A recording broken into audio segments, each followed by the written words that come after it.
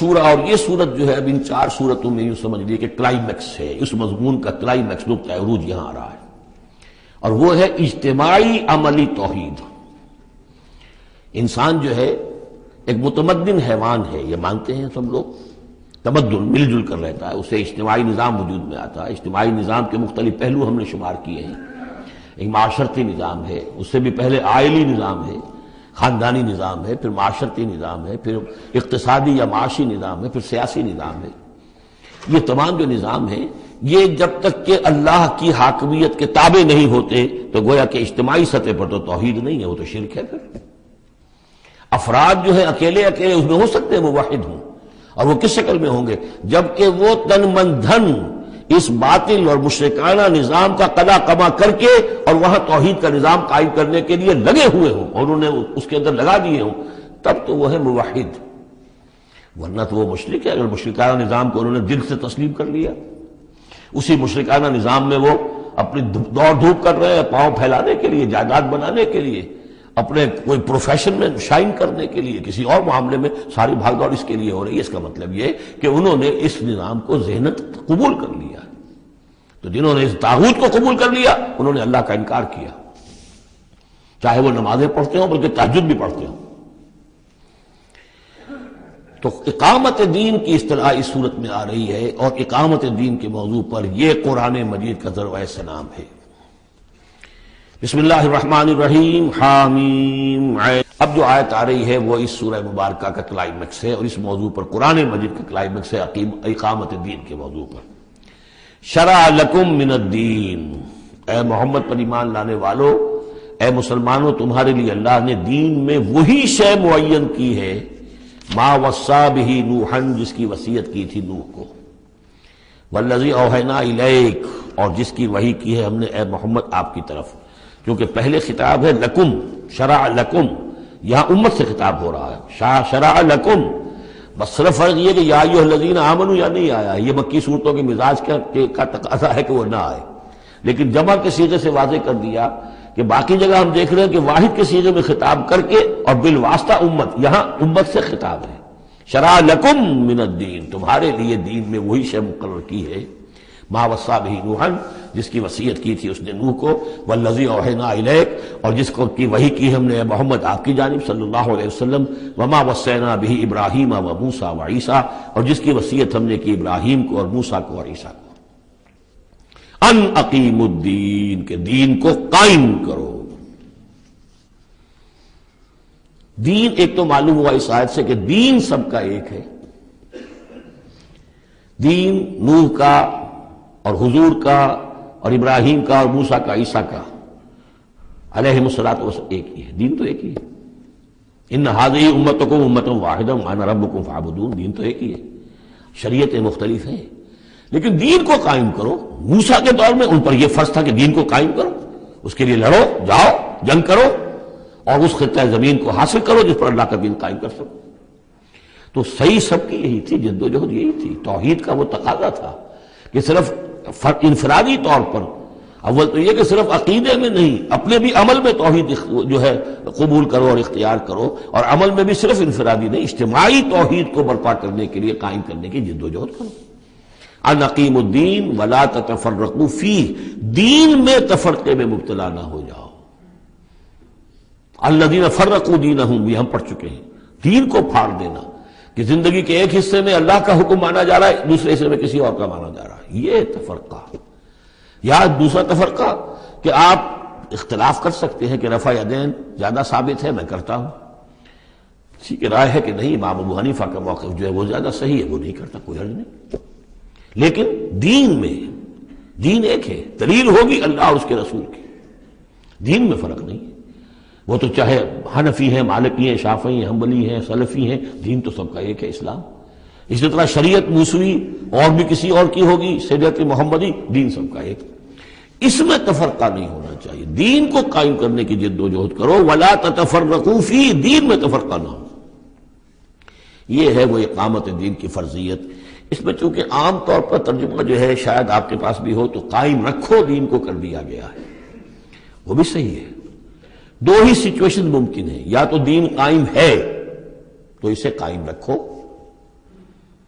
صحیح ہے، خیمہ اگر کھڑا ہے تو کھڑا رکھا جائے گا کہ آندھی آ رہی ہے تو آپ اس کی رسیوں کو پکڑ رہے ہیں، اس کے بانسوں کو پکڑ کر کھڑے ہو رہے ہیں تاکہ خیمہ گر نہ جائے، اس کو قائم رکھو۔ خیمہ گر گیا تو کھڑا کرو، اب اثر نو سے آپ ریکٹ کریں گے۔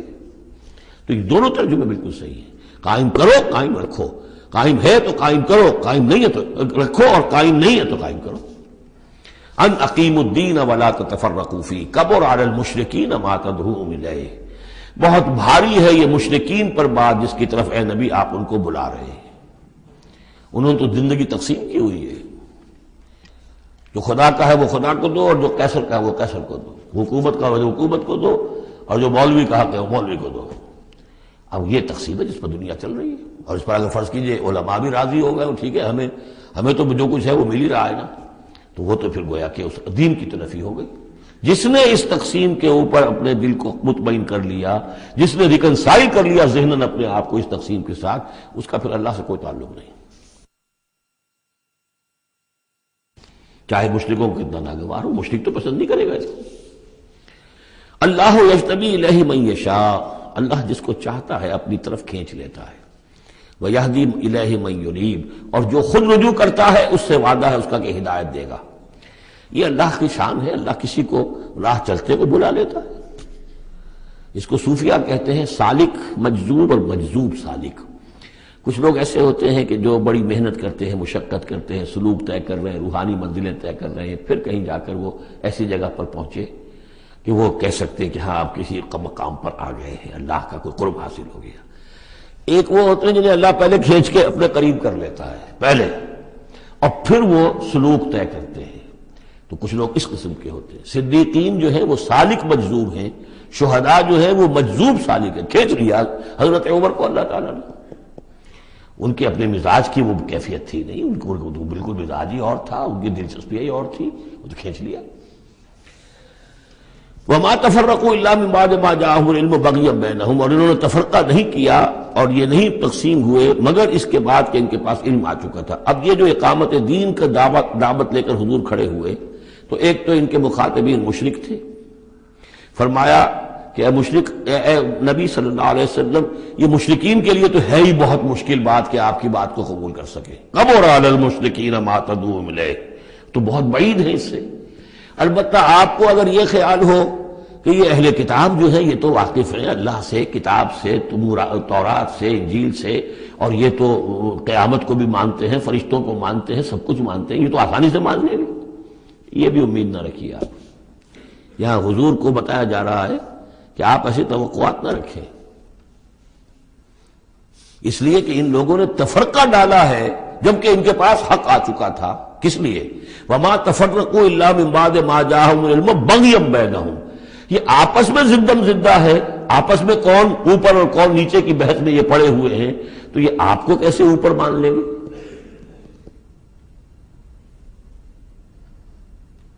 آپ کا قبلہ کیسے مان لیں گے؟ یہ ایک دوسرے کا قبلہ نہیں مانتے، یروشلم دونوں کا قبلہ ہے لیکن ایک نے شرقی کر لیا، ایک نے غربی کر لیا۔ جب اہل کتاب جو ہے آپس میں جھگڑ رہے ہیں، لڑ رہے ہیں، وہم یتلون الکتاب، اور جبکہ وہ پڑھ رہے ہیں ایک ہی کتاب۔ قالت اليہود لیست النصارى علی شیء وقالت النصارى لیست اليہود علی شیء وہم یتلون الکتاب۔ تو اے نبی آپ کو کیسے مان لیں گے؟ ذرا توقع نہ رکھیے۔ توقع اگر ہوتی ہے انسان کو تو پھر مایوسی ہوتی ہے۔ Be prepared for the worst, پھر جو اللہ کی طرف سے آ گیا اس کے اوپر شکر ادا کیے، امید نہ رکھیے۔ امید زیادہ رکھیں گے تو جلدی مایوس ہو جائیں گے، تھک جائیں گے۔ کبر علی المشرکین، اب یہ دیکھیے اقامت دین کی جد و جہد اتنی مشکل شے ہے کہ حضور سے کہا جا رہا ہے کہ آپ جلدی کامیابی کی توقع نہ رکھیں۔ مشرکین کے لیے تو خیر یہ بہت بھاری ہے ہی، ان اہل کتاب سے بھی کوئی توقع نہ رکھیے۔ وما تفرقوا الا من بعد ما جاءهم العلم بغيا بينهم ولولا كلمة سبقت من ربك الى اجل مسمى، اور اگر وہ بات پہلے ہی سے تیرے رب کی جانب سے طے نہ ہو چکی ہوتی کہ ان کے لیے ایک اجل مسمى، ایک معین وقت ہے، لقضي بينهم، ان کے جو اختلافات ہیں ان کے فیصلے ابھی چکا دیے جاتے۔ وَإِنَّ الَّذِينَ أُورِثُوا الْكِتَابَ مِن بَعْدِهِمْ، اور جو لوگ کتاب کے وارث ہوئے ہیں ان کے بعد، لَفِي شَكٍّ مِّنْهُ مُرِيبٍ، وہ دھوکے میں پڑے ہوئے ہیں، شکوک و شبہات میں مبتلا ہو گئے ہیں۔ جب اللہ تعالیٰ کسی امت کو کتاب دیتا ہے اور اس امت کے اندر جو ہے پھر وہاں کے نوجوان فرض کیجئے تیسری چوتھی پانچویں نسل میں آ کر دیکھتے ہیں کہ جو اس کتاب کے عالم ہیں، پڑھنے پڑھانے والے ہیں، آپس میں دست و گریبان ہیں، لڑ رہے ہیں، ان کی زندگیوں کو بھی ہم دیکھتے ہیں تو وہ بھی اسی طرح کے دنیا دار ہیں جیسے ہم ہیں، تو ان کا اعتماد کتاب پر سے اٹھ جاتا ہے کہ ہم نے تو یہ کتاب پڑھی نہیں، انہوں نے تو پڑھی ہوئی ہے، یہ تو اس کتاب کو پیے ہوئے ہیں، اور پھر ان کا کردار یہ ہے۔ تو کیا ہے اس کتاب میں؟ پھر ذرا نوٹ کیجئے اس کو، وَإِنَّ الَّذِينَ أُورِثُوا الْكِتَابَ مِن بَعْدِهِمْ لَفِي شَكٍّ مِّنْهُ مُرِيبٍ، ان کے اندر شکوک و شبہات، ریب پیدا ہو جاتے۔ فَلِذَلِكَ فَادْعُ، فَلِذَلِكَ فَادْعُ، تو اے نبی آپ اسی کی دعوت دیتے رہیے، دیتے رہیے۔ ذالکہ کا اشارہ کدھر ہوگا؟ ان اقیم الدین، اقامت دین کی دعوت دیتے رہیے، دیتے رہیے۔ وَاسْتَقِمْ كَمَا أُمِرْتَ، آپ کو اقامت دین کا حکم دیا گیا ہے، دین کو غالب کرنے کی جد و جہد کے لیے آپ کو بھیجا گیا ہے، آپ اسی پر جمے رہیے۔ Never settle for anything less, یہ تو چاہیں گے کمپرومائز کرنا، وَدُّوا لَوْ تُدْهِنُوا فَيُدْهِنُونَ، یہ کافر تو چاہیں گے کہ آپ ذرا نرم پڑے تو وہ بھی نرم پڑ جائیں، لیکن آپ نہیں، آپ کھڑے رہے۔ الحق من ربکم، سورہ کہف میں ہم پڑھ چکے ہیں، الحق من ربکم فمن شاء فلیؤمن ومن شاء فلیکفر، یہ حق ہے تمہارے رب کی طرف سے، جو چاہے پورے پر ایمان لائے، جو چاہے چھوڑ دے، دفع ہو جائے۔ اللہ کو تمہاری ضرورت نہیں ہے، تمہیں اللہ کی ضرورت ہے۔ فَلِذَلِكَ فَادْعُ وَاسْتَقِمْ كَمَا أُمِرْتَ وَلَا تَتَّبِعْ أَهْوَاءَهُمْ، ان کی خواہشات کی پیروی نہ کیجیے۔ یہی بات ہے جو پھر آگے سورہ بقرہ میں آئی، آگے اس لیے کہہ رہا ہوں کہ نازل تو بعد میں ہوگی نا، ابھی 5-6 سال کے بعد نازل ہوگی سورہ بقرہ۔ لن ترضى عنك اليهود ولا النصارى حتى تتبع ملتهم، اے نبی یہودی اور نصرانی آپ سے راضی نہیں ہوں گے جب تک کہ آپ ان کی پیروی نہ کریں۔ وہ تو کہیں گے ہمارے پیچھے چلو، ہماری گدیاں ہیں، ہماری خانقاہیں چلی آ رہی ہیں، ہمارے مدرسے ہیں، ہمارے یہاں پہ یہ جو ہے مسندیں ہیں ہمارے پیچھے چلو، ہم تمہارے پیچھے کیوں چلیں؟ بڑی اہم ہے یہ 3 آیتیں، بڑی اہم ہے، بڑی اہم ہے۔ شرع لکم من الدین سے شروع ہو کر اور یہ 15ویں آیت، فَلِذَلِكَ فَادْعُ وَاسْتَقِمْ كَمَا أُمِرْتَ وَلَا تَتَّبِعْ أَهْوَاءَهُمْ وَقُلْ آمَنْتُ بِمَا أَنزَلَ اللَّهُ مِنْ كِتَابٍ، اور کہہ دیجئے کہ میرا ایمان تو ہے اس کتاب پر جو اللہ نے نازل کی ہے۔ یہ گویا کہ خلاصہ آ گیا یہ سورہ حامیم سجدہ کا، وہ کتاب 6 دفعہ جو کتاب کا ذکر اس میں آیا ہے، اس کی دعوت ہے تو اس کتاب کے ذریعے سے، استقامت ہے تو اس کتاب کو پڑھنے سے استقامت ہوگی۔ اتل ما اوحی الیک من کتاب ربک واقم الصلاۃ ان الصلاۃ تنہی عن الفحشاء والمنکر وامرت لأعدل بینکم، اور کہہ دیجئے مجھے حکم ہوا ہے تمہارے مابین عدل قائم کروں۔ تم مجھے کوئی واعظ نہ سمجھو، واعظ گو، واعظ قصہ گو، واعظ کہنے کے لیے آئے، اچھی باتیں کہیں، لوگ بھی گردن جھکا کے سن لیتے ہیں، یہ بھی واعظ کہہ کے چلے جائیں گے، کچھ خدمت کر دیں گے ان کی، کچھ پیسے ان کو ہم دے دیں گے، اللہ خیر صلی اللہ، ایک محفل ہم نے منعقد کر لی، ثواب ہو گیا۔ باقی نہ وہ کہتے ہیں کہ حرام خوری چھوڑو، نہ ہم نے چھوڑنی ہے، کام وہی کرنا ہم نے جو ہم کر رہے ہیں۔ ہاں مجلس ہم نے کر لی، عید میلاد منا لی ہم نے، اتنا بڑا جلوس کر لیا، اتنے بڑے بڑے علماء آ گئے اس کے اندر، اور بڑا عمدہ ہمارا شو ہو گیا، ٹھیک ہے، تو میں وہ نہیں ہوں۔ حضور نے فرمایا مجھے حکم ہوا ہے عدل قائم کروں، جیسے کہ حضرت ابو بکر نے کہا تھا، لوگوں جب بیعت خلافت ہوئی ہے تم میں سے ہر کمزور میرے نزدیک قوی ہوگا جب تک کہ اسے اس کا حق دلوا نہ دوں، اور ہر قوی ضعیف ہوگا جب تک کہ اسے حق وصول نہ کروں۔ عدل کو قائم کرنے کے لیے مجھے بھیجا ہے۔ وَأُمِرْتُ لِأَعْدِلَ بَيْنَكُمْ اللہ ربنا وربکم، ویسے اللہ ہمارا بھی رب ہے تمہارا بھی رب ہے، لنا اعمالنا ولکم اعمالکم، ہمارے لیے ہمارے اعمال ہے تمہارے لیے تمہارے اعمال ہے، لا حجت بیننا، آپس میں حجت بازی کرنے کا کوئی فائدہ نہیں۔ اللہ یجمع بیننا، اللہ ہمیں جمع کر دے گا، یا تو اس دنیا میں جمع کر دے گا۔ یہ ان لوگوں سے بات کہی جا رہی ہے جو کچھ نسبتاً قریب ہوتے ہیں، تو کہتے ہیں نہیں اس طرح نہ کرو، اس طرح کر لو، مقصد تو تمہارا ٹھیک ہے، طریقہ کار یہ نہیں، یوں کرو۔ کہیے بھائی دیکھیے ہمارے سامنے جو طریقہ کار ہے ہم اس پر کام کر رہے ہیں، ہمیں وہی صحیح معلوم ہو رہا ہے، آپ کو کوئی اور اچھا لگتا ہے آپ اس پر کام کیجیے، اس میں حجت بازی کیا ضرورت ہے؟ آپ بھی مخلص ہیں ہم بھی مخلص ہیں، مقصد ہمارا ایک ہے، آج نہیں تو کل جمع ہو جائیں گے، یا آپ پر واضح ہو جائے گا کہ ہمارا طریقہ کار غلط تھا، یا ہم پر واضح ہو جائے گا کہ ہم نے جسے صحیح سمجھا تھا وہ غلط تھا، جڑ جائیں گے۔ جب تک آپ سمجھ رہے ہیں کہ آپ کا طریقہ کار صحیح ہے، ہم سمجھتے ہیں کہ ہمارا طریقہ کار صحیح ہے، آپ اس پر عمل کیجیے، ہم اس پر عمل کریں گے۔ اللہ ربنا و ربکم لنا اعمالنا ولکم اعمالکم لا حجۃ بیننا و بینکم اللہ یجمع بیننا، اللہ ہمیں جمع کر دے گا، آج نہیں تو کل، کل نہیں تو پرسوں۔ جیسے منی سے چلتے ہیں قافلے، لاکھوں قافلے ہوتے ہیں جو چلتے ہیں، اور وہ 8 9 10 سڑکیں ہیں، سڑکیں کیا ہیں، وہ سب کے سب فٹ بال کے گراؤنڈز ہیں، چل رہے ہیں قافلے، لیکن سب سڑکیں جو ہیں وہ کنورج کر رہی ہیں عرفات پر۔ جیسے جیسے قافلے بڑھ رہے ہیں وہ سڑکوں کے مابین فاصلے کم ہو رہے ہیں۔ تو اگر تو ہماری منزل واقعی اقامت دین ہے تو چاہے ہم اس سڑک سے آ رہے ہیں چاہے اس سڑک سے آ رہے ہیں، آگے پہنچ جائیں گے۔ اللہ یجمع بیننا، میدان عرفات میں تو ہم جمع ہو جائیں گے نا۔ اور بالفرض اگر دنیا میں ہم جمع نہ ہوئے، الیہ المصیر، ایک دن تو آنا ہے نا قیامت کا، جب اللہ کی طرف اللہ کی عدالت میں کھڑے ہوں گے، وہاں تو ایک جگہ ہوں گے کہ نہیں؟ وہاں دودھ کا دودھ پانی کا پانی علیحدہ ہو جائے گا۔ والذین یحاجون فی اللہ من بعد ما استجیب لہ حجتہم داحضۃ عند ربہم، اور وہ لوگ جو اللہ کے بارے میں حجت بازی ہی میں لگے رہے اس کے بعد بھی کہ بہت سے لوگوں نے اس کی دعوت پر لبیک کہہ دی ہے، یعنی السابقون الاولون میدان میں آ گئے ہیں، اور اب تو انتظار ہے کہ والذین تبعوہم باحسان، اب لوگ آئیں، جوق در جوق آئیں، فوج در فوج آئیں، لیکن جو لوگ اب بھی کھڑے ہوئے حجت بازی کر رہے ہیں، حجتہم داحضۃ عند ربہم، ان کی حجت بازی ان کے رب کے نزدیک بالکل پسپا ہے، پادر ہوا ہے، اس کی کوئی حیثیت ہی نہیں۔ وعلیہم غضب، اور ان پر اللہ کا غضب ہے، ولہم عذاب شدید، اور ان کے لیے سخت عذاب ہے۔ اللہ الذی انزل الکتاب بالحق والمیزان، یہ کتاب اور میزان ایک آیت میں جمع یا یہاں ہے یا سورہ حدید میں ہے؟ سورہ حدید کی آیت نمبر 25، لقد ارسلنا رسلنا بالبینات وانزلنا معهم الکتاب والمیزان لیقوم الناس بالقسط، یا یہاں ہے اللہ ہی ہے جس نے اتاری ہے کتاب بھی حق کے ساتھ اور میزان۔ میزان وہ نظام ہے دین حق کا، کتاب نے حق مقرر کر دیا ہے، میزان تول کر دیتی ہے۔ پھر اللہ نے دین کو مقرر کر دیا، لیکن دین کا نظام جب تک نہیں ہوگا تو دین کے مطابق فیصلے کیسے ہوں گے؟ اللہ نے تمہیں کتاب بھی دی ہے اور نظام دیا ہے، میزان دی ہے۔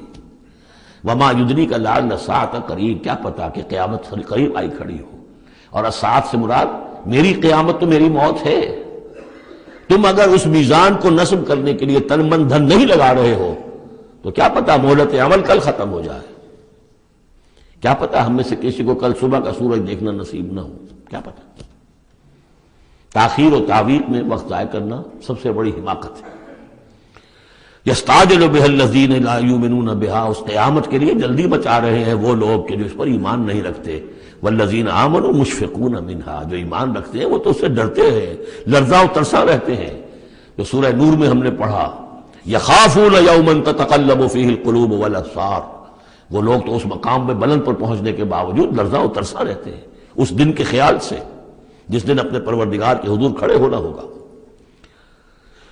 الذین آمنوا مشفقون منها ویعلمون ان الحق، وہ جانتے ہیں کہ وہ حق ہے، آ کر رہے گی۔ الا ان الذین یمارون فی الساعۃ لفی ضلال بعید، آگاہ ہو جاؤ جو لوگ قیامت کے بارے میں جھگڑتے ہیں اور اس میں شک و شبہ کرتے ہیں وہ بڑی دور کی گمراہی میں پڑ چکے ہیں۔ اللہ لطیف بعبادہ یرزق من یشاء، اللہ بہت باریک بین ہے اپنے بندوں کے لیے، اور وہ رزق دیتا ہے جس کو چاہتا ہے۔ یعنی اقامت دین کی جد و جہد میں یہ فکر نہ تمہیں ہو کہ کیا کھائیں گے کیا پئیں گے۔ میں آپ کو حضرت مسیح کا وہ قول بھی سنا چکا ہوں جو متی کی انجیل میں ہے، کیوں فکر کرتے ہو کیا کھاؤ گے پیو گے؟ کیا جنگل کی چڑیاں جو ہیں جو نہ ہل چلاتی ہیں نہ بوتی ہیں نہ کاٹتی ہیں، لیکن صبح کو اپنے گھونسلوں سے نکلتی ہیں اور شام کو آسودہ ہو کر واپس آتی ہیں، تو وہ رب جو ان کو کھلاتا پلاتا ہے وہ تمہیں نہیں کھلائے گا؟ کیوں تشویش کرتے ہو کہ کیا پہنیں گے؟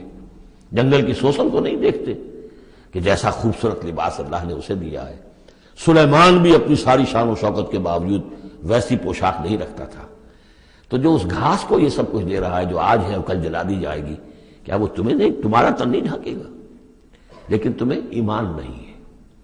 تو فرمایا اللہ لطیف ہے اپنے بندوں کے لیے۔ ایک دفعہ یکسو ہو کر فیصلہ تو کرو کہ اب اپنے آپ کو وقف کرنا ہے اس کام کے لیے۔ اللہ تعالیٰ وہاں سے رزق دے گا جہاں سے تمہیں گمان تک نہیں ہوگا۔ من یتق اللہ یجعل لہ مخرجا ویرزقہ من حیث لا یحتسب. لیکن اس کے لیے اللہ پر ایمان ضروری ہے، توکل ضروری ہے. ہاں تھوڑا سا اللہ تعالیٰ امتحان بھی لے لیتا ہے، سختیاں بھی آ جاتی ہیں، امتحان پھر آدمی ثابت کر دے کہ میں تو یکسو ہوں، اے اللہ میں نے فیصلہ کر لیا، اللہ پھر راستے کھول دیتا ہے. وَهُوَ الْقَوِيُّ الْعَزِيزُ، وہ تو بہت قوی ہے، زبردست ہے. اب یہ جو مضمون آگے آ رہا ہے یہ وہ ہے جس کی کلائمیکس ہم پڑھ چکے ہیں سورہ بنی اسرائیل میں. من کان یرید العاجلۃ عجلنا لہ فیہا ما نشاء لمن نرید. یہاں وہی مضمون مختصر آ رہا ہے. من کان یرید حرث الآخرۃ نزد لہ فی حرثہ، جو شخص کے طالب بن گیا ہو آخرت کی کھیتی کا، ہم اس کی کھیتی میں اضافہ کرتے رہتے ہیں، بڑھوتری ہوتی رہتی ہے. ومن کان یرید حرث الدنیا، اور جو بن گیا ہے دنیا ہی کی کھیتی کا طالب، نؤتہ منہا، ہم اس میں سے اسے کچھ دے دیتے ہیں. فما لہ فی الآخرۃ من نصیب، پھر آخرت میں اس کا کوئی حصہ نہیں ہے. دین جو اس کا جو اصل جو ایکسس ہے، اس کا جو عمود ہے، اس کے اعتبار سے دوسرا نہایت اہم مقام اب آ رہا ہے. 8 آیات ہیں. اقامت دین کی جد و جہد کرنے والوں میں کیا اوصاف ہونے چاہیے؟ اگر یہ اوصاف نہیں ہوں گے تو وہ اقامت دین کی جد و جہد نہیں کر سکیں گے. تو یہاں پر نقشہ کھینچا جا رہا ہے اس سیرت کا، اس کردار کا، کہ جو لوگ یہ طے کر لیں کہ ان صلاتی و نسکی و محیای و مماتی للہ رب العالمین، جو اصولی طور پر ایک عزم کر لیں کہ اب ہمیں اپنی بہترین توانائیاں اور قوتیں صرف کرنی ہے اللہ کے دین کو قائم کرنے کے لیے، تو ان کے اندر کیا اوصاف پیدا ہونے چاہیے. وہ جو علامہ اقبال کا ایک بڑا سادہ سا شعر ہے، ہو صداقت کے لیے جس دل میں مرنے کی تڑپ، پہلے اپنے پیکرے خاکی میں جاں پیدا کرے. تو یہ اوصاف اپنے اندر پیدا کرو تاکہ تم اقامت دین کی جد و جہد کے لیے واقعتاً موضوع ہو سکو. پہلی بات، فما اوتیتم من شیء فمتاع الحیات الدنیا، جو شے بھی تمہیں دنیا میں دی گئی ہے بس وہ دنیا کی زندگی کا ساز و سامان ہے، برتنا ہے. وما عند اللہ خیر و ابقا، اور جو کچھ اللہ کے پاس ہے وہ خیر ہے اور باقی رہنے والا ہے. للذین آمنوا وعلی ربہم یتوکلون، ان لوگوں کے لیے کہ جو ایمان رکھتے ہو اور اللہ پر، اپنے رب پر توکل کریں. یعنی پہلی بات یہ کہ دنیا و ما فیہا سے ان کا قلبی تعلق جو ہے وہ اس طرح کا ہو جائے کہ اس کی کوئی اہمیت اور وقت ان کے دل میں نہ رہے، اور انہیں یقین ہو جائے کہ اصل میں ہمارا مطلوب آخرت ہے، ہمیں جو چاہیے وہ آخرت ہے، اور اس کی طلب ان کے دل کے اندر راسخ ہو چکی ہو. جب تک یہ بے رغبتی نہیں ہوگی دنیا سے، اگر کہیں بھی یہ دنیا کی محبت جو ہے کہیں وہ لگی ہوئی ہے، پھانس آپ کے دل میں چبھی ہوئی ہے، تو ہو سکتا ہے کہ وہ کہیں اڑنگا لگائے گی اور آپ جو ہے اپنے خیال میں تو بڑی ترقی کر رہے ہیں اقامت دین کی جد و جہد میں، لیکن کہیں وہ ایسی اڑنگا لگائے گی کہ وہ بھی منہ نیچے گریں گے. پہلا فیصلہ یہ ہے کہ آدمی طے کر لے کہ میں طالب آخرت ہوں یا طالب دنیا ہوں. اور نمبر 2 یہ کہ توکل اللہ پر. یہ ایک آیت کے اندر یہ 2 شرطیں آئی. اب آگے چلیے. والذین یجتنبون کبائر الاثم والفواحش، اور وہ لوگ کہ جو اجتناب کرتے رہیں بڑے بڑے گناہوں سے اور بے حیائی کے کاموں سے. ظاہر بات ہے کہ اپنی سیرت کو ان چیزوں سے اگر پاک نہیں کریں گے تو اس قدم میں، اس میدان میں آگے نہیں بڑھ سکتے. لیکن یہاں دوبارہ نوٹ کر لیجئے کہ یہی مضمون سورہ نساء میں آ چکا ہے. ان تجتنبوا کبائر ما تنہون عنہ نکفر عنکم سیئاتکم وندخلکم مدخلا کریما. دوسری مرتبہ اب یہاں آ گیا ہے. یعنی یہ کہ اقامت دین کے جو جد و جہد کرنے والے ہوں انہیں کبائر کے بارے میں اصل میں زیادہ حساس ہونا چاہیے. صغائر کے معاملے میں جس قدر زیادہ حساس ہم ہو گئے ہیں وہ اصل میں ایک بالکل غلط رخ ہے. صغائر کے بارے میں کم اور کبائر کے بارے میں ہو. اصل صغائر تو از خود بھی ان الحسنات یذهبن السیئات، جو نیکیاں ہم کرتے ہیں اس سے خود بخود بھی وہ ایسے صغیرہ گناہ جو ہے معاف ہوتے چلے جاتے ہیں. لیکن ہو جاتا ہے الٹا برعکس ہو جاتا ہے معاملہ کہ ایک آدمی ان چیزوں میں تو بہت ہی جزرس ہو جائے اور بہت ہی باریک بین ہو جائے، لیکن جو حضرت مسیح کے الفاظ ہیں کہ مچھر تو چھانتے ہو اور سموچے اونٹ نکل جاتے ہو. یہ صورتحال جو ہے یہ بڑی ہی یوں سمجھیے کہ پیتھولوجیکل کنڈیشن ہے، یہ بیماری کی صورت ہے. یہ ہے کہ بڑے بڑے گناہوں سے اپنے آپ کو پاک کرو اور فواحش سے اور بے حیائی سے. وَإِذَا مَا غَضِبُوا هُمْ يَغْفِرُونَ، اور یہ کہ اگر کبھی کہیں غصہ آ جائے، جیسا کہ ہم پڑھ چکے ہیں سورہ حامیم سجدہ میں بھی کہ وَإِمَّا يَنزَغَنَّكَ مِنَ الشَّيْطَانِ نَزْغٌ، وہ اگر شیطان کی کوئی چھوٹ لگنے ہی لگے تو فوراً اللہ کی پناہ طلب کرو. وَإِذَا مَا غَضِبُوا هُمْ يَغْفِرُونَ، جب انہیں غصہ آتا ہے تو اس غصے کو ڈھانپ دیتے ہیں، غصے کو پی جاتے ہیں. غفر کے معنی ڈھانپ دینا ہے. ویسے اس کے جو عام ترجمہ ہے معاف کر دیتے ہیں، بجائے اس کے کہ غصے میں کسی پر حملہ کریں اور کسی سے انتقام لیں، بلکہ اس کے اندر عفو کی صورت ہو جب غصہ آئے. ایک ہے سوچ سمجھ کر کوئی اقدام کرنا ہے، کوئی آپ نے چیلنج کرنا ہے کسی باطل کو اور اس میں کوئی آگے بڑھ کر آپ کو اقدام کرنا ہے، وہ اور بات ہے۔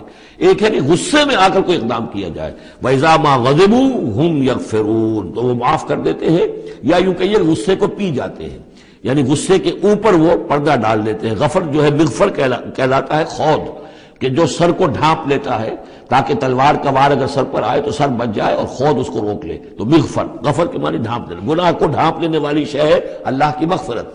اسی طریقے پر یہ کہ وہ غصے کو پی جانے والا، وَالْكَاظِمِينَ الْغَيْظَ، یہ ہم پڑھ چکے ہیں سورہ آل عمران میں۔ نمبر آگے چلیے، وَالَّذِينَ اسْتَجَابُوا لِرَبِّهِمْ، اور وہ لوگ کہ جنہوں نے اپنے رب کی پکار پر لبیک کہا۔ وہ پکار کون سی ہے؟ اس سورہ مبارکہ میں اب تک صرف ایک فعل امر آیا ہے جمع کے صیغے میں، ان اقیم الدین، اور ایک فعل نہیں آیا ہے جمع کے صیغے میں ولا تتفرقوا فی، پوری صورت میں اب تک، نوٹ کر لیجئے گا جا کر۔ تو یہ پکار اللہ کی کون سی ہے؟ اقیم الدین ولا تتفرقوا فی۔ اسی کے لیے کہا تھا حضور سے فلذالک فدعوا، اسی کی دعوت دیتے رہیے، آپ کی دعوت اقامت دین کی دعوت ہو، یہ آپ کی کسی جزوی شے کے اوپر آپ جو ہے وہ ہیمر نہ کر رہے ہو، کسی جزوی سی شے کو آپ نے ہدف نہ بنا لیا ہو، اصل ہدف اقامت دین۔ فلذالک فدعوا واستقم کما امرت ولا تتبع اهواهم۔ اب یہاں فرمایا والذین استجابوا لربهم، جنہوں نے اپنے رب کی پکار پر لبیک کہا، واقاموا الصلاۃ، اور نماز قائم کی، اور وامرهم شورى بینہم، چونکہ اب اجتماعی زندگی ہے، جماعتی زندگی ہے، اس میں مشاورت کا نظام ہونا چاہیے کہ وہ جو فیصلے کریں، جو قدم اٹھائیں، وہ باہمی مشاورت سے ہو۔ یہ بھی روح جب تک کہ اس اجتماعیت کے اندر نہیں ہوگی باہمی مشاورت کی، اور یہ کہ کوئی ایک شخص سمجھے کہ بس ہر معاملے کے اندر مجھے اپنی مرضی چلانی ہے، تو ظاہر بات ہے کہ پھر وہ کام آگے نہیں چلے گا۔ ہم پڑھ آئے ہیں کہ حضور سے یہاں تک کہا گیا ہے کہ یہ جن صحابہ سے خطا ہوئی ہے، غلطی ہو گئی ہے، ان کو بھی آپ وَشَاوِرْهُمْ فِي الْأَمْرِ فَاعْفُ عَنْهُمْ وَاسْتَغْفِرْ لَهُمْ وَشَاوِرْهُمْ فِي الْأَمْرِ، حالانکہ ان سے خطا ہوئی ہے، غلطی ہوئی ہے، لیکن پھر بھی آپ انہیں اپنے مشوروں میں شامل رکھیے، اس لیے کہ اس سے دلجوئی ہوتی ہے، ساتھیوں کے اندر میوچول کانسیپٹ ڈیولپ ہوتا ہے، ایک کانفیڈنس ڈیولپ ہوتا ہے، اور وہ سمجھتے ہیں کہ ہماری بھی بات سنی جاتی ہے۔ اور حضور نے بسا اوقات اپنی رائے کو پیچھے رکھ کر اپنے ساتھیوں کی رائے کے مطابق فیصلہ کیا۔ غزوہ احد میں یہی ہوا ہے، غزوہ بدر میں یہی ہوا ہے کہ جہاں پر آپ نے کیمپ لگانے کا فیصلہ کیا تھا، جب بعض صحابہ نے آ کر کہا کہ ہمیں اگر اجازت ہو ہم اپنی رائے دیں، اور جب انہوں نے کہا کہ ہمارے خیال میں وہ جگہ بہتر ہے، آپ نے کہا ٹھیک ہے، یہاں سے کیمپ اکھاڑو، وہاں لگا دو۔ وَأَمْرُهُمْ شُورَى بَيْنَهُمْ وَمِمَّا رَزَقْنَاهُمْ يُنْفِقُونَ، ایک اور شے جو لازم ہے اقامت دین کی جد و جہد میں، جہاں وقت لگے گا، جہاں آپ کی توانائی صرف ہوگی، اس میں پیسہ بھی لازم درکار ہے۔ وہ دعوت دین کا کام ہو، اقامت دین کی جد و جہد ہو، وَمِمَّا رَزَقْنَاهُمْ يُنْفِقُونَ، یہ انفاق کا مضمون آ گیا، اور جو کچھ کہ ہم نے انہیں دیا ہے اس میں سے وہ انفاق کرتے ہیں۔ وَالَّذِينَ إِذَا أَصَابَهُمُ الْبَغْيُ هُمْ يَنْتَصِرُونَ، یہ وہ چیز ہے جس کے لیے میں نے نوٹ کرایا تھا کہ ایک ہے دعوت دین کا مرحلہ، اس دعوت کے مرحلے میں تو صورت وہ بتائی گئی کہ ادفع باللتی ہی احسن، اگر کوئی تمہیں گالی دے تم دعا دو، کوئی تمہیں پتھر مارے تم پھول پیش کرو، لیکن اقامت دین کی جد و جہد اس کے اندر آگے چل کر معاملہ آتا ہے۔ جیسے قتال کا مرحلہ آ گیا تو وہاں تو فرمایا قاتلوا فی سبیل اللہ الذین یقاتلونکم اخرجوہم من حیث اخرجوکم، نکالو انہیں وہاں سے جہاں سے انہوں نے تمہیں نکالا ہے۔ یہاں آ کر معاملہ کیا ہے؟ والذین اذا اصابہم البغی ہم ینتصرون، اور وہ لوگ کہ جن پر اگر کوئی زیادتی کی جاتی ہے تو وہ بدلہ لیتے ہیں۔ یعنی یہاں پر اب تو اس کو اصل میں جد و جہد جو ہے حضور صلی اللہ علیہ وسلم کی، اس کے بھی اگر آپ دو مراحل سمجھیں گے تو ایک جو مکی دور میں وہ تھا، وہ دعوت کا مرحلہ تھا، ابھی اس میں اقدام کوئی نہیں کیا گیا، لیکن جب اقامت دین کے لیے اقدام شروع ہو جائے گا، آگے بڑھ کر باطل کو چیلنج کریں گے، تو اب وہ بات نہیں چل سکتی کہ معاف کر دیا کریں وہاں، تو بلکہ یہ ہے کہ جو غزوہ بدر میں جو اسیر ہوئے تھے ان کو بھی اگر فدیہ لے کر چھوڑ دیا گیا تو اللہ تعالیٰ کی طرف سے اس پر بھی اظہار ناپسندیدگی ہو گیا، بلکہ حضرت عمر کی رائے کی جو ہے گویا کہ تائید کی وہی نے کہ ان کو تو سب کو قتل کیا جانا چاہیے تھا، اور وہ ہمارے اندر جو ان کے رشتہ دار ہیں قریبی، وہ اپنے ہاتھ سے ختم کرتے، اس لیے کہ یہ فدیہ دے کر چلے جائیں گے، ظاہر بات ہے کہ اگلے سال وہی لوگ اکثر و بیشتر آ گئے کہ نہیں آ گئے، وہ چڑھائی کر کے آ گئے احد کے اندر، تو اس لیے وہاں پر آ کر جب اقامت دین کا مرحلہ جو ہے اقدام کے مرحلے میں وہ جد و جہد آتی ہے تو اس میں ہے والذین اذا اصابہم البغی ہم ینتصرون، یہ گویا کہ ان دونوں مراحل کا آپس کا فرق اور تفاوت ہے۔ اس پر مزید گفتگو انشاءاللہ اگلے سیشن میں ہوگی۔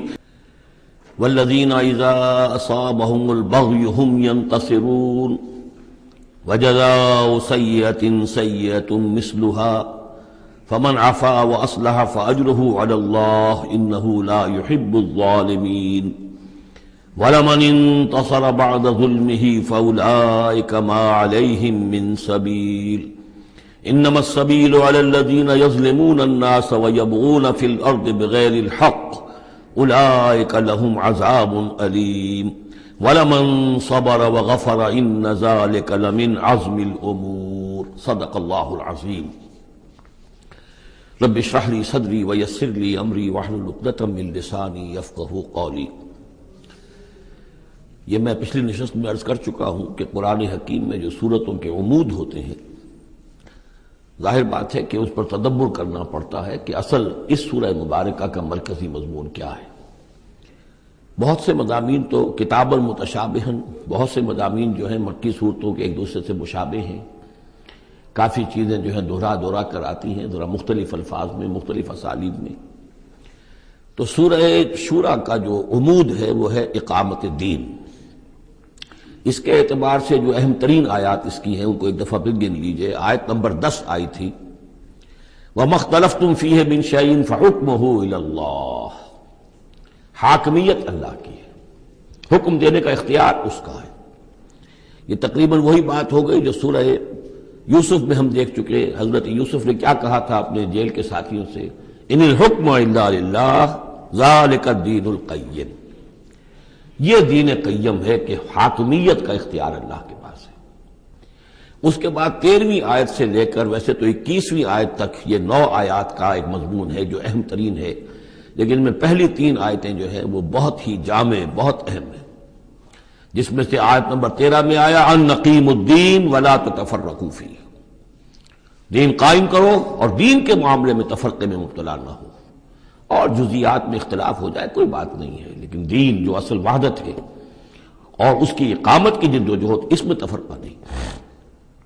پھر اس میں حضور کو حکم کہ آپ ڈٹے رہیے، اسی بات کا حکم دیتے رہیے، اور اس میں یہ کہ ان کی خواہشات کی پیروی نہ کیجیے۔ اور اہم ترین بات آ گئی وَأُمِرْتُ لِأَعْدِلَ بَيْنَكُمْ، کہہ دیجئے کہ میں عدل قائم کرنے آیا ہوں، میں صرف واعظ کہنے والا نہیں ہوں بلکہ عدل قائم کرنا یہ میرا فرض منصبی ہے۔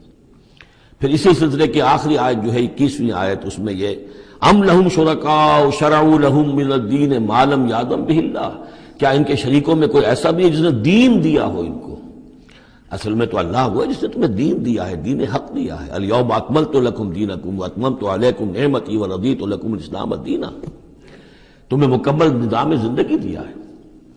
تو یہ اس کے بعد پھر یہ آیات جو ہم پڑھ رہے تھے کہ جو لوگ اب اس کے لیے کمر کس لیں انہیں دیکھنا چاہیے کہ انہیں اپنے اندر کیا اوصاف پیدا کرنے ہیں۔ اس میں بھی پہلی 3 آیتیں میں سے کل آیتیں یہ 8 ہیں، آیت نمبر 36 سے 43 تک، لیکن یہ کہ پہلی 3 آیتیں جو ہیں جو ہم پڑھ چکے ہیں وہ بہت ہی جامع ہیں۔ ان میں جو چیزیں ہم پڑھ چکے ہیں وہ نوٹ کر لیجئے۔ سب سے پہلی بات یہ کہ یہ بات پوری طرح واضح ہو جائے کہ دنیا و ما فیہا ان کی کوئی وقت نہیں ہے، اصل شے وہ ہے جو اللہ کے پاس ہے۔ انسان فیصلہ کر لے کہ میں طالب آخرت ہوں، دنیا میں رہنا ہے، زندہ رہنا ہے، اس کی ضروریات فراہم کرنی ہے، متاع ہے، ضرورت کی حد تک جو ہے اس میں وقت لگایا جائے گا، لیکن یہ کہ اصل مطلوب آخرت ہے۔ نمبر 2، توکل اس جد و جہد میں صرف اللہ کی ذات پر ہو، اپنے وسائل پر نہیں، اپنی ذہانت پر نہیں، اپنی قوت پر نہیں، اپنی صلاحیت پر نہیں۔ نمبر 3، جو کبیرہ گناہ ہیں ان سے انسان بالکل مجتنب ہو، ان میں سے کسی میں ملوث نہ ہو، فحش سے بالکل اپنے آپ کو پاک رکھے، اور پھر یہ کہ وہ غصے کو اپنے قابو میں رکھے۔ وَإِذَا مَا غَضِبُوا هُمْ يَغْفِرُونَ۔ اس کے بعد اب وہ اللہ کی اس پکار پر جب لبیک کہتا ہے، اس کے لیے جدوجہد کرنے کے لیے وہ فیصلہ کر لیتا ہے وَالَّذِينَ اسْتَجَابُوا لِرَبِّهِمْ، اور اس کے لیے پھر اللہ تعالیٰ کی ساتھ ایک قلبی رشتہ قائم رکھنے کے لیے التزام نماز، وَأَقَامُوا الصَّلَاةَ وَأَمْرُهُمْ شُورَىٰ بَيْنَهُمْ، اور پھر مشاورت کا انتظام، اور آخری بات یہ کہ جو کچھ اللہ نے دیا اسے لگا دینا، کھپا دینا، جہاد بالمال۔ 3 آیتوں میں اتنی باتیں ہیں کہ جو سامنے آئی ہیں، اور یہ مکی صورت ہے، یعنی یہ سمجھیے کہ جو کچھ مدنی دور میں آ کر پھر صحابہ کرام کی طرف سے جو جو چیزیں ظاہر ہوئی ہیں اس کے لیے گویا کہ یہ ہے تمہید، یہ میدان تیار کیا گیا ہے، ان کو اس کے لیے ذہناً جو ہے پوری طریقے سے تیار کر لیا گیا ہے مکی صورتوں میں۔ البتہ اب جو 5 آیتیں ہیں ان میں در حقیقت ایک ہی مضمون آ رہا ہے جو میں عرض کر چکا ہوں کہ پچھلی سورت جو ہے وہ اس کا مرکزی مضمون تھا دعوت. اس میں تو یہ ہے دعوت کے مرحلے پر تو آپ کو خوشامد بھی کرنی پڑتی ہے، لوگوں کو جا کر ان کے دروازوں پر دستک دینی پڑے گی، ان کی جلی کٹی باتیں بھی سننی ہوں گی، اور یہ کہ اگر وہ گالیاں دیں تو بھی صبر کرنا ہوگا، وہ اگر کچھ اور آپ پر زیادتی کرے برداشت کرنا ہوگا، وہ معاملہ اور ہے. لیکن اقامت دین کی جد و جہد میں ایک وقت وہ آتا ہے کہ پھر جب ایکٹیو ریزسٹنس ہوتی ہے، وہ پہلا دور ختم ہوا، اب جب آ گیا وہ دور ایکٹیو ریزسٹنس، چیلنج، میدان میں آ کر اور باطل کو للکارنا. اب وہاں یہ ہے کہ اب یہ قانون بدل گیا. والذین اذا اصابہم البغی ہم ینتصرون، وہ لوگ کہ جن پر اگر کوئی زیادتی ہو وہ بدلہ لیتے ہیں. وجزاء سیئۃ سیئۃ مثلھا، اب دیکھیں کس قدر اس میں بظاہر کنٹراسٹ ہے. لا تستوی الحسنۃ ولا السیئۃ ادفع بالتی ہی احسن، وہاں تو یہ تلقین تھی اور یہاں پر تلقین مختلف ہے. اور یہی 2 ادوار ہیں حضور کی سیرت کے. مکے میں حکم یہ تھا کہ تمہارے ٹکڑے بھی کر دیے جائیں تو تم نے ہاتھ نہیں اٹھانا، کفو ایدیکم. مدینے میں آگے فرمایا گیا کہ لڑو، جنگ کرو، اینٹ کا جواب پتھر سے دو، جو زیادتی وہ کریں اتنی زیادتی تم بھی کرنے کا تمہیں حق ہے. وہ اگر بٹا لگاتے ہیں اشہر حرم کی حرمت کو تو تم بھی اب اس وجہ سے رک نہ جاؤ کہ اشہر حرم ہے، ان کو اسی مہینے میں ان کو بھی قتل کرو. یہ ساری چیزیں جو ہیں اب سورہ بقرہ کے اندر پڑھا ہے. تو یہ انداز جو ہے یہ دعوت اور اقامت ان دونوں الفاظ کے حوالے سے اس کو سمجھ لیجئے کہ یہ فرق اور تفاوت ہے. وجزاء سیئۃ سیئۃ مثلھا، اور برائی کا بدلہ ویسی ہی برائی ہے. فمن عفا واصلح فاجرہ علی اللہ، ہاں اگر کوئی معاف کر دے اور معاف کرنے میں اصلاح کی صورت نظر آ رہی ہو. یہ معاف کرنا اگر اس اعتبار سے ہو کہ کسی شخص کو معاف کرنے سے توقع ہو کہ وہ صحیح ہو جائے گا، درست اپنے آپ کو کر لے گا، فاجرہ علی اللہ، تو ایسے شخص کا اجر اللہ کے ذمے ہے. انہ لا یحب الظالمین، لیکن اللہ ظالموں کو پسند نہیں کرتا. یہ ہم پڑھ چکے ہیں سورہ بقرہ میں بھی، وَلَكُمْ فِي الْقِصَاصِ حَيَاةٌ يَا أُولِي الْأَلْبَابِ، اے ہوش مندو قصاص میں زندگی ہے. وَلَمَنِ انتَصَرَ بَعْدَ ظُلْمِهِ، اور جو شخص بدلہ لے، انتقام لے اس کے بعد کہ اس پر ظلم کیا گیا، فَأُولَٰئِكَ مَا عَلَيْهِم مِّن سَبِيلٍ، تو اس پر کوئی الزام نہیں ہے. آپ یہ نہیں کہہ سکتے بھائی تم نے معاف کیوں نہیں کیا، نہیں، اس کا حق ہے، اگر وہ معاف نہیں کرتا وہ بدلہ لے سکتا ہے. وَلَمَنِ انتَصَرَ، لیکن انداز ہی بالکل مختلف ہے. اور یہی 2 مرحلے ہیں، اسی کو پھر ہائی لائٹ کیا ہے پروفیسر منگومری واٹ نے. محمد ایٹ مکہ کچھ اور ہے، محمد ایٹ مدینہ کچھ اور ہے. وہاں صورت یہ تھی کہ کفو ایدیکم، اپنے ہاتھ بندھے رکھو. نغمہ ہے بلبل شوریدہ تیرا خام ابھی، اپنے سینے میں اسے اور ذرا تھام، ابھی ایک وقت آئے گا تمہیں اجازت دی جائے گی، تم اپنے پورا انتقام لینا ان سے. جیسا کہ میں نے عرض کیا، جس طرح پھر حضرت بلال نے قتل کیا ہے اپنے اس آقا کو، سابق آقا کو، امیہ ابن خلف کو، وہ ان کو اس کا حق تھا. وَلَمَنِ انتَصَرَ بَعْدَ ظُلْمِهِ، یہ بالکل اسی طرح کی بات آ گئی جیسے کہ 6 پارے کی پہلی آیت تھی، لا يحب اللہ الجہر بالسوء الا من ظلم. اللہ کو کوئی بری بات زبان سے نکالنا بلند آواز سے پسند نہیں ہے، لیکن وہ شخص جس پر ظلم کیا گیا مظلوم ہے وہ اس سے مستثنی رہے گا. وَلَمَنِ انتَصَرَ بَعْدَ ظُلْمِهِ، جو بدلہ لیتا ہے، انتقام لیتا ہے جبکہ اس کے اوپر ظلم کیا گیا، فَأُولَٰئِكَ مَا عَلَيْهِم مِّن سَبِيلٍ، اس پر کوئی ملامت نہیں ہے، کوئی الزام نہیں. إِنَّمَا السَّبِيلُ عَلَى الَّذِينَ يَظْلِمُونَ النَّاسَ، اصل میں تو الزام ان پر ہے کہ جو لوگوں پر ظلم کرتے ہیں، ان کے حقوق تلف کرتے ہیں، انہیں ایکسپلائٹ کرتے ہیں. وَيَبْغُونَ فِي الْأَرْضِ بِغَيْرِ الْحَقِّ، اور زمین کے اندر سرکشی کرتے ہیں ناحق، خود حاکم بنتے ہیں، قوموں کو اپنا غلام بناتے ہیں، قوموں کا استحصال کرتے ہیں، ان کا خون چوستے ہیں. الزام ہوگا تو ان پر ہوگا، نہ یہ کہ جو لوگ بدلہ لیتے ہیں. اولئک لہم عذاب علیم. اب دیکھیے عدل اور انصاف کی کیا اہمیت ہے، اور یہ میں نوٹ کراتا آ رہا ہوں آپ کو. سورہ آل عمران میں فرمایا اللہ کی شان میں قائما بالقسط، وہ قسط کا قائم کرنے والا ہے. سورہ نساء میں فرمایا مسلمانوں سے یا ایھا الذین آمنوا کونوا قوامین بالقسط شہداء للہ. سورہ مائدہ میں پھر فرمایا یا ایھا الذین آمنوا کونوا قوامین للہ شہداء بالقسط. اور اس کے بعد اب آپ دیکھ رہے ہیں اس سورہ مبارکہ میں حضور سے کہا گیا کہ کہہ دیجئے مجھے بھیجا گیا ہے عدل قائم کرنے کے لیے. وَأُمِرْتُ لِأَعْدِلَ بَيْنَكُمْ. اور یہ ہے اصل جو کہ لوگوں کے حقوق کو غصب کرتے ہیں، ان پر ظلم ڈھاتے ہیں، اور یہ کہ زمین میں سرکشی کرتے ہیں ناحق، ان پر ہے الزام. وَلَمَنْ صَبَرَ أُولَٰئِكَ لَهُمْ عَذَابٌ عَلِيمٌ، یہ وہ لوگ ہیں جن کے لیے عذاب علیم ہے. وَلَمَنْ صَبَرَ وَغَفَرَ إِنَّ ذَلِكَ لَمِنْ عَزْمِ الْأُمُورِ. ہاں یہ ایسی کیفیت ہو سکتی ہے کہ کوئی شخص صبر کرے اور معاف کر دے تو یہ بہت بڑے اونچے اور بڑی ہمت کے کاموں میں سے ہے، لیکن یہ دیکھ کر سچویشن کے مطابق ہوگا. اس کے بعد پھر وہی مکی صورتوں کے جو مضامین ہیں اس کو دیکھیے. وَمَن يُضْلِلِ اللَّهُ فَمَا لَهُ مِن وَلِيٍّ مِّن بَعْدِهِ، اور جس کو اللہ تعالیٰ نے گمراہ کر دیا ہو، یعنی جس کی گمراہی پر اللہ تعالیٰ کی طرف سے مہر لگ چکی ہے، تو اس کے لیے پھر کوئی نہیں ہے اس کے بعد، کوئی ولی کوئی نہیں ہے کہ جو اس کو ہدایت دے سکے. وَتَرَى الظَّالِمِينَ لَمَّا رَأَوُا الْعَذَابَ يَقُولُونَ هَلْ إِلَىٰ مَرَدٍ مِّن سَبِيلٍ، اور تم دیکھو گے ظالموں کے کہ جب وہ دیکھیں گے عذاب کو تو وہ کہیں گے کہ کہیں پھر جانے کے لیے کوئی راستہ ہے یا نہیں، لوٹ جانے کے لیے دنیا کی طرف واپس جانے کا بھی کوئی راستہ ہے یا نہیں. وَتَرَاهُمْ يُعْرَضُونَ عَلَيْهَا، اور جب تم دیکھو گے انہیں کہ وہ پیش کیے جائیں گے عذاب کے سامنے، جہنم کے سامنے کھڑے کیے جائیں گے. خاشعین من الذل، ان کے نگاہیں زمین میں گڑی ہوئی ہوں گی اس ذلت کی وجہ سے. ینظرون من طرف خفی، اپنی کننکھیوں سے دیکھ رہے ہوں گے، اپنے ایک دوسرے سے بات کریں گے. وقال الذین آمنوا، اور اہل ایمان اس وقت کہیں گے ان الخاسرین الذین خسروا انفسهم واہلیہم یوم القیامہ، واقعتاً تباہ و برباد ہونے والے تو وہ لوگ ہیں جنہوں نے اپنے آپ کو اور اپنے اہل و عیال کو قیامت کے دن اس خسارے اور اس تباہی میں مبتلا کیا. الا ان الظالمین فی عذاب مقیم، آگاہ ہو جاؤ کہ یقیناً یہ ظالم ایک مسلسل عذاب میں رہیں گے، قائم رہنے والا، دائم رہنے والا عذاب. وما کان لہم من اولیاء، اب پھر دو آیتیں بڑی عظیم آ رہی ہیں کہ جو اقامت دین سے متعلق ہیں.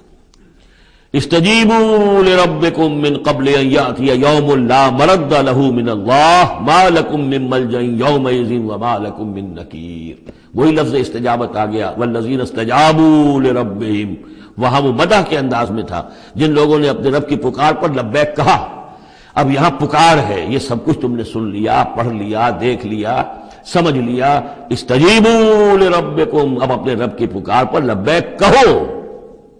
من قبل ان یاتی یوم لا مرد له من اللہ، اس سے پہلے کہ اللہ کے حکم سے وہ دن آ جائے کہ پھر جس کو لوٹایا نہیں جا سکے گا. تمہاری موت کا وقت بھی آ سکتا ہے، کل آ سکتا ہے. تم نے لمبے چوڑے پلان بنائے ہوئے ہیں، یہ میں کر لوں، ذرا یہ کر لوں، اس سے فارغ ہو جاؤں، اس ذمہ داری سے نبٹ لوں، پھر بس اپنے آپ کو فارغ کر دوں گا دین کے لیے. پتہ نہیں وہ وقت آتا ہے کہ نہیں آتا، تمہارے پاس اتنی مہلت ہے کہ نہیں ہے. دیر مت کرو. استجیبوا لربکم، اپنے رب کی، اور وہ استجابت کس بات کی؟ اقیموا الدین ولا تتفرقوا فیہ، کہ دین کو قائم کرو اور اقامت دین اور اقامت دین کی جد و جہد میں اختلاف نہ کرو. استجیبوا لربکم من قبل ان یاتی یوم لا مرد له من اللہ ما لکم من ملجأ یومئذ، نہیں ہوگا تمہارے لیے اس دن کوئی ٹھکانہ، کہیں جائے پناہ نہیں ملے گی. وما لکم من نکیر، اور نہیں ہوگا تمہارے لیے وہاں منکر ہو جانا، انکار کر دینا، تم اپنی خطاؤں سے انکار نہیں کر سکو گے. فإن اعرضوا، اب یہاں خطاب ہے حضور سے، اے نبی، فإن اعرضوا، اگر یہ اعراض کریں، اگر اللہ کی اس پکار پر لبیک نہ کہیں، اگر اس کے لیے کمر نہ کسیں، فما ارسلناک علیہم حفیظا، تو ہم نے آپ کو ان پر کوئی ذمہ دار بنا کر نہیں بھیجا ہے، آپ ان کے اوپر داروغہ بنا کر نہیں بھیجے گئے. ان علیک الا البلاغ، نہیں ہے آپ پر مگر صاف صاف پہنچا دینے کی ذمہ داری. یہ حضور کی طرف رخ کر کے فرمایا. وَإِنَّا إِذَا أَذَقْنَا الْإِنسَانَ مِنَّا رَحْمَةً، اور جب ہم انسان کو اپنی رحمت کا مزہ چکھاتے ہیں، فَرِحَ بِهَا، تو وہ اتراتا ہے اور خوشی سے پھولے نہیں سماتا.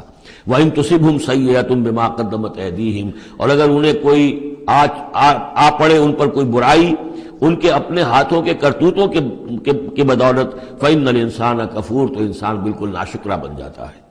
لِلَّهِ مُلْكُ السَّمَاوَاتِ وَالْأَرْضِ، آسمانوں اور زمین کی بادشاہی اللہ ہی کے لیے. عام طور پر آتا ہے للہ ما فی السماوات و ما فی الارض، یہاں پر دیکھیے نوٹ کیے للہ ملک السماوات، اس لیے کہ اقامت دین، اللہ کی حاکمیت، نظام کا قائم کرنا، اس کی مناسبت سے للہ ملک السماوات والارض، زمین و آسمان کی بادشاہی اللہ ہی کے لیے. یخلق ما یشاء، وہ جو چاہتا ہے پیدا کرتا ہے. یہب لمن یشاء اناثا، جس کو چاہتا ہے بیٹیاں ہی بیٹیاں دیتا ہے. ویہب لمن یشاء الذکور، اور جس کو چاہتا ہے بیٹے ہی بیٹے دیتا ہے. اور یزوجہم ذکرانا و اناثا، یا جوڑے جوڑے کر دیتا ہے کہ لڑکے بھی اور لڑکیاں بھی، بیٹے بھی اور بیٹیاں بھی. وَيَجْعَلُ مَن يَشَاءُ عَقِيمًا، اور جس کو چاہتا ہے بانجھ کر دیتا ہے کہ اس کی اولاد نہیں ہوتی. انہ علیم قدیر، وہ علیم ہے، جو کچھ کر رہا ہے اپنے علم کی بنیاد پر کر رہا ہے، قدیر ہے، اسے ہر قدرت حاصل ہے.